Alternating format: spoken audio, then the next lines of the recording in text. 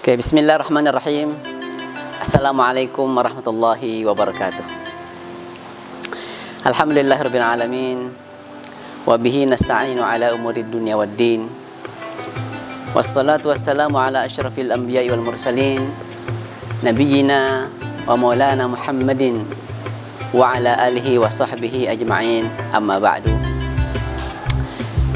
Alhamdulillah, segala puji bagi Allah Subhanahu wa taala, Tuhan semesta alam, yang telah memberikan kita berbagai macam karunia dan nikmat-Nya, sehingga pada kesempatan yang berbahagia ini kita bisa menyimak kajian dalam kultum yang pada hari ini saya berikan tema adalah doa sebagai perisai diri. Yang kedua, mari kita haturkan salawat dan salam kepada junjungan kita Nabi besar Muhammad sallallahu alaihi wasallam, Nabi kita, Rasul kita, suri teladan kita di dalam hidup dan kehidupan. Mudah-mudahan salawat dan salam juga disampaikan kepada keluarga beliau, para sahabat beliau, dan juga kepada umatnya, termasuk kita di antaranya. Sahabat FSH yang hebat, izinkan pada kesempatan yang berbahagia ini saya ingin menyampaikan kultum yang tadi saya sudah sampaikan, yang bertemakan adalah doa sebagai perisai diri. Allah Subhanahu wa taala dalam berbagai surat dan ayat seringkali berfirman berkaitan dengan doa. Satu di antara firman Allah Subhanahu wa taala itu adalah dalam surat Ghafir ayat 60. A'udzubillahi minasyaitonir rajim. Wa qala rabbukum ud'uni astajib lakum. Innal ladzina yastakbiruna 'an ibadati sayadkhuluna jahannama dakhiri. Dan Tuhanmu berfirman, berdoalah kepadaku, niscaya aku akan perkenankan bagimu. Sesungguhnya orang-orang yang menyombongkan diri dari menyembahku, berdoa kepadaku, akan masuk neraka jahanam dalam keadaan hina dina. Sahabat FSH yang hebat, ayat di atas merupakan satu di antara sekian banyak ayat yang berbicara tentang doa dan perintah untuk berdoa. Kita mengetahui bahwa doa merupakan salah satu sarana yang sangat-sangat efektif untuk mendekatkan diri kepada Allah Subhanahu wa taala. Sebab dilihat dari segi hakikatnya, doa merupakan suatu munajat yang dilakukan oleh seorang hamba untuk memohon belas kasihan Tuhannya. Ketika ia bersimpuh di hadapan Allah Subhanahu wa taala melalui panjatan doa, maka sungguh ia sedang berada dalam puncak kemuliaan dan kedekatan kepadanya. Itulah sebabnya barangkali Rasulullah sallallahu alaihi wasallam menyampaikan bahwa doa merupakan suatu amalan yang sangat mulia di sisi Allah Subhanahu wa taala. Laisa syai'un akramu 'ala Allahi minad du'a. Laisa syai'un akramu 'ala Allahi minad du'a. Tidak ada sesuatu amalan pun yang paling mulia di sisi Allah daripada doa. Hadis riwayat Ahmad. Sahabat FSH yang hebat, selain sebagai sarana mendekatkan diri kepada Allah Subhanahu wa taala, doa juga merupakan manifestasi dari ketergantungan seorang hamba kepada Allah Subhanahu wa taala. Ketika seorang bermunajat memohon pertolongan kepada Allah Subhanahu wa taala, hal demikian menunjukkan ketidakberdayaannya untuk menyelesaikan urusannya sendiri, sehingga menyerahkan urusan tersebut kepada Allah Subhanahu wa taala.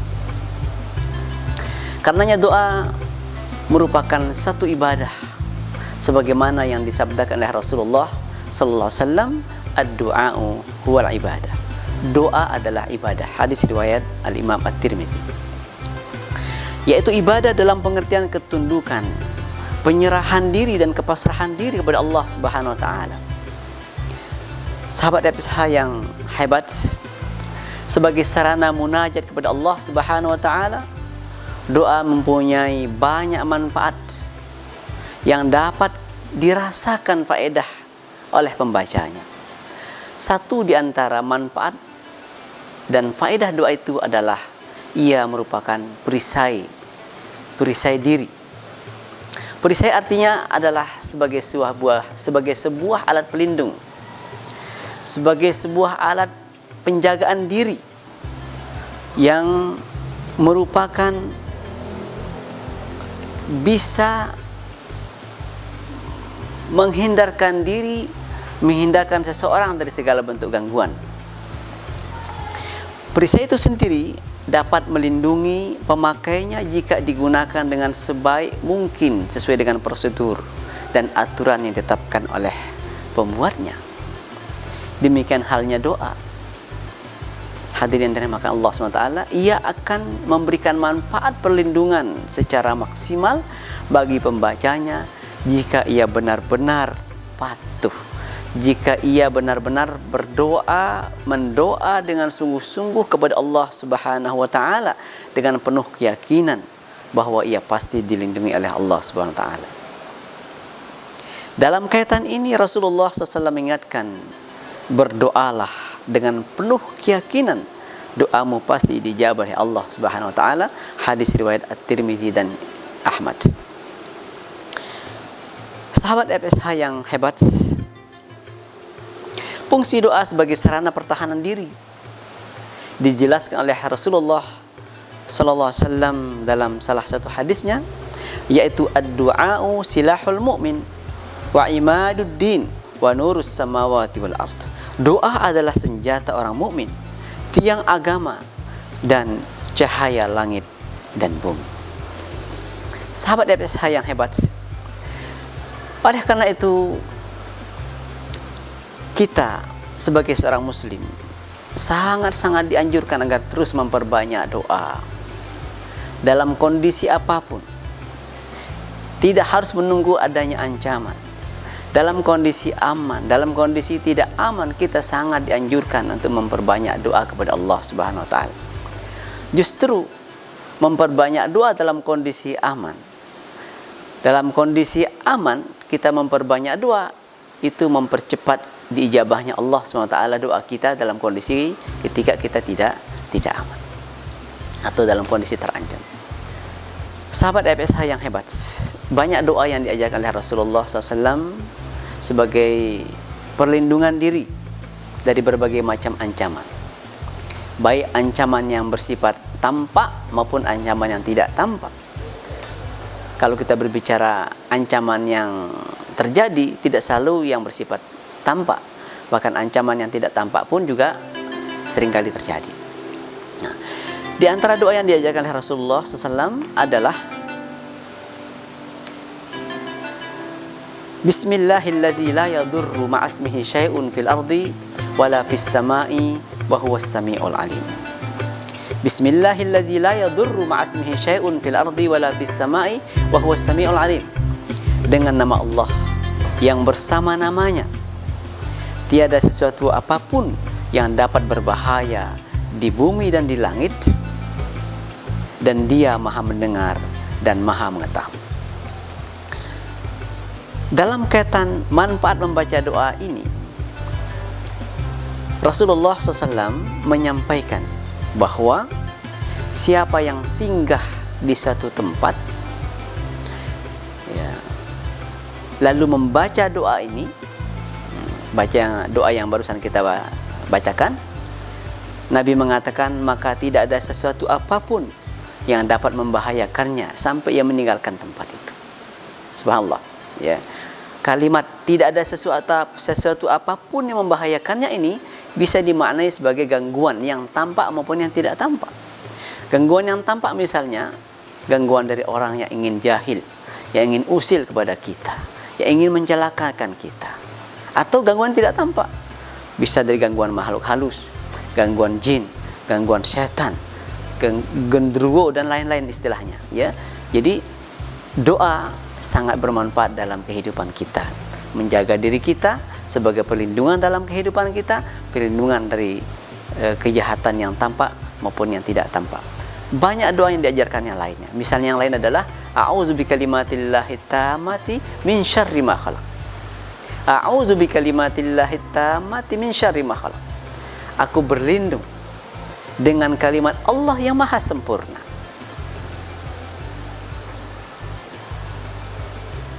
min syarri ma khalaq, dari kejahatan makhluk yang Dia ciptakan. Aku berlindung kepada Allah Subhanahu wa taala dari kejahatan makhluk yang Dia ciptakan. Pemirsa, sahabat FSH yang hebat, Allah Subhanahu wa taala menciptakan berbagai macam makhluk. Ada makhluknya yang baik, ada makhluk yang jahat. Makhluknya yang baik, yang tampak ada, yang tidak tampak juga ada. Makhluknya yang jahat juga ada, yang tampak ada, yang tidak tampak ada. Yang tampak adalah orang-orang jahat, yang tidak tampak adalah gangguan setan, gangguan jin dan seterusnya. Kalimat min syarri ma khalaq, dari kejahatan apa-apa yang diciptakan, menunjukkan bahwa kejahatan itu timbul dari berbagai arah, baik dari arah yang tampak maupun yang tidak tampak. Siapa membaca doa ini, baik doa yang pertama tadi maupun doa yang kedua ini, maka dia akan terjaga, terlindungi dari kejahatan makhluk-makhluk yang Allah Subhanahu wa taala ciptakan yang bersifat jahat itu. Karena itu, sebagai penutup dari apa yang disampaikan, mari kita bersama-sama banyak berdoa, memohon kepada Allah Subhanahu wa taala perlindungan. Dan tentu perlindungan tidak hanya sebatas sekali dua kali. Kita biasakan berdoa, berlindung dengan membaca doa-doa tadi itu dan doa-doa yang lain tentunya, baik di pagi hari maupun di sore hari. Bahkan dalam hadis yang lain dijelaskan bahwa yang membacanya di pagi hari maka dia akan terlindungi sampai sore hari. Yang membacanya di sore hari dia akan terlindungi sampai pagi hari. Demikian yang bisa disampaikan. Mudah-mudahan apa yang disampaikan tadi memberi manfaat bagi kita semua dan dapat kita amalkan. Kurang lebih mohon maaf. Hadanallahu wa iyyakum ajma'in. Wabillahi taufiq wal hidayah. Assalamualaikum warahmatullahi wabarakatuh.